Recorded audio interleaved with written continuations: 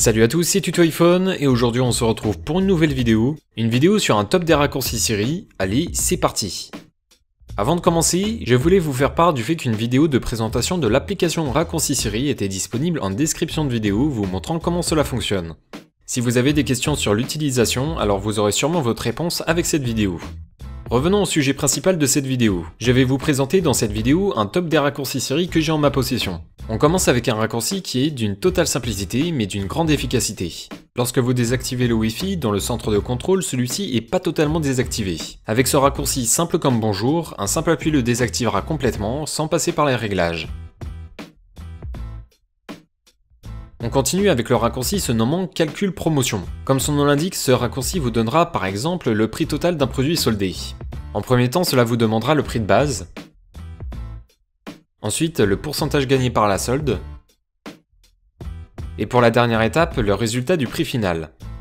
Le troisième raccourci vous donne la possibilité de convertir une rafale de photos en GIF. Il vous suffit de sélectionner une rafale de photos, puis le raccourci fait le reste en assemblant votre rafale en GIF.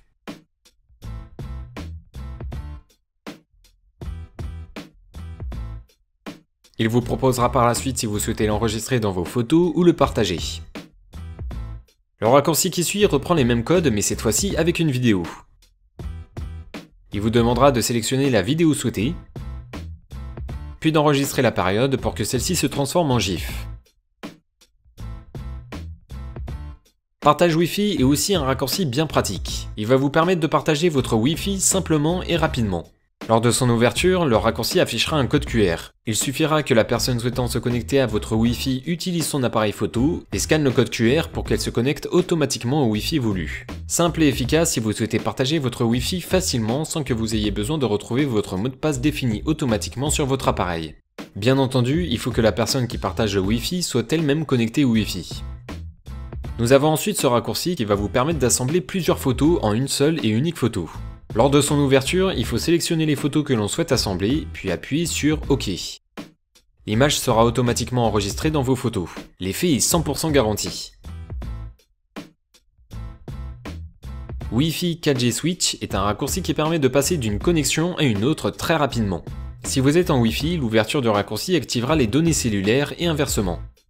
Le prochain raccourci est incroyable. Recherche Amazon va vous permettre d'effectuer une recherche d'un produit de façon rapide et efficace par le biais d'un code barre. Par exemple, si je souhaite rechercher un produit sur Amazon, avec le code barre indiqué sur le produit, je peux effectuer un scan pour que l'appareil puisse m'afficher automatiquement le résultat. Grâce à la version mobile d'Amazon, la recherche par code barre est opérationnelle et c'est de cette manière que le raccourci fonctionne.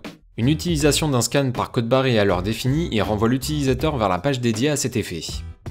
Bien entendu, cela fonctionne pas avec des produits qui ne sont pas présents dans le catalogue d'Amazon.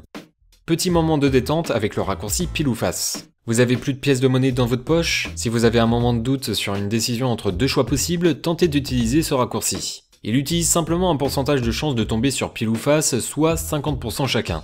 Comme ça, il n'y a pas de triche, c'est le hasard du système informatique qui décide.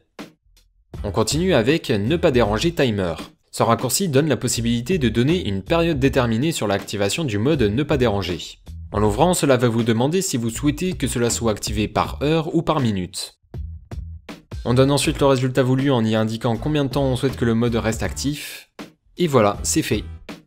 Passons au prochain raccourci. Temps d'événement vous donne la possibilité de vous informer combien de temps il reste avant une date annoncée.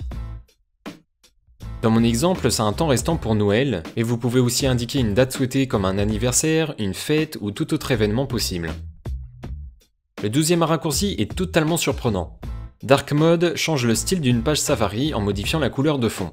Par exemple, en allant sur Google, je veux activer le raccourci en appuyant sur le bouton de partage, puis raccourci, et enfin Dark Mode.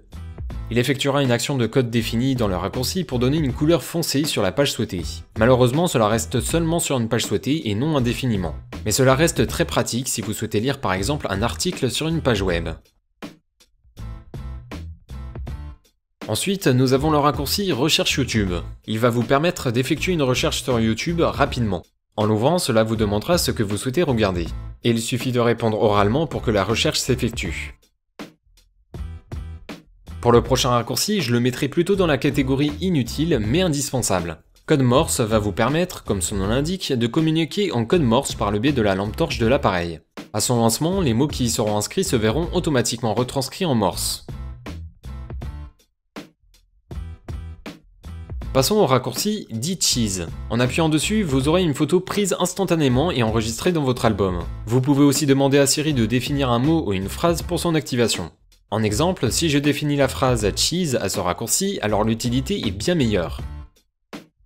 Et comme exemple, on peut facilement trouver son utilité comme la prise de photo à distance. On passe au suivant, le raccourci multimessage. Multimessage va être utile si vous souhaitez envoyer un message à plusieurs contacts différents. Cela va être de manière instantanée, mais surtout sans effectuer de discussion de groupe. En l'ouvrant, vous allez pouvoir insérer votre message, puis lorsque fait, vous aurez la possibilité de sélectionner les contacts de votre choix qui recevront ce message.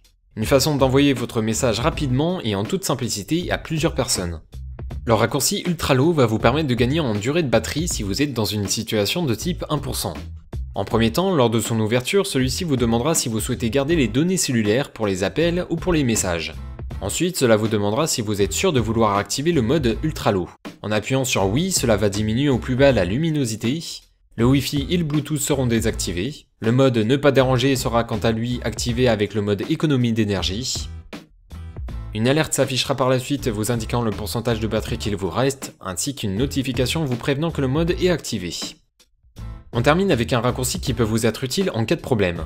Lors de son activation, celui-ci envoie un message de façon la plus discrète possible au destinataire prédéfini. Pour vous montrer comment cela fonctionne, c'est très simple, le raccourci suspend une musique si nécessaire, active le mode ne pas déranger pour éviter tout son sortant, baisse la luminosité au plus bas, le volume, obtient des informations sur le lieu actuel, et envoie le message à la personne voulue avec les informations souhaitées.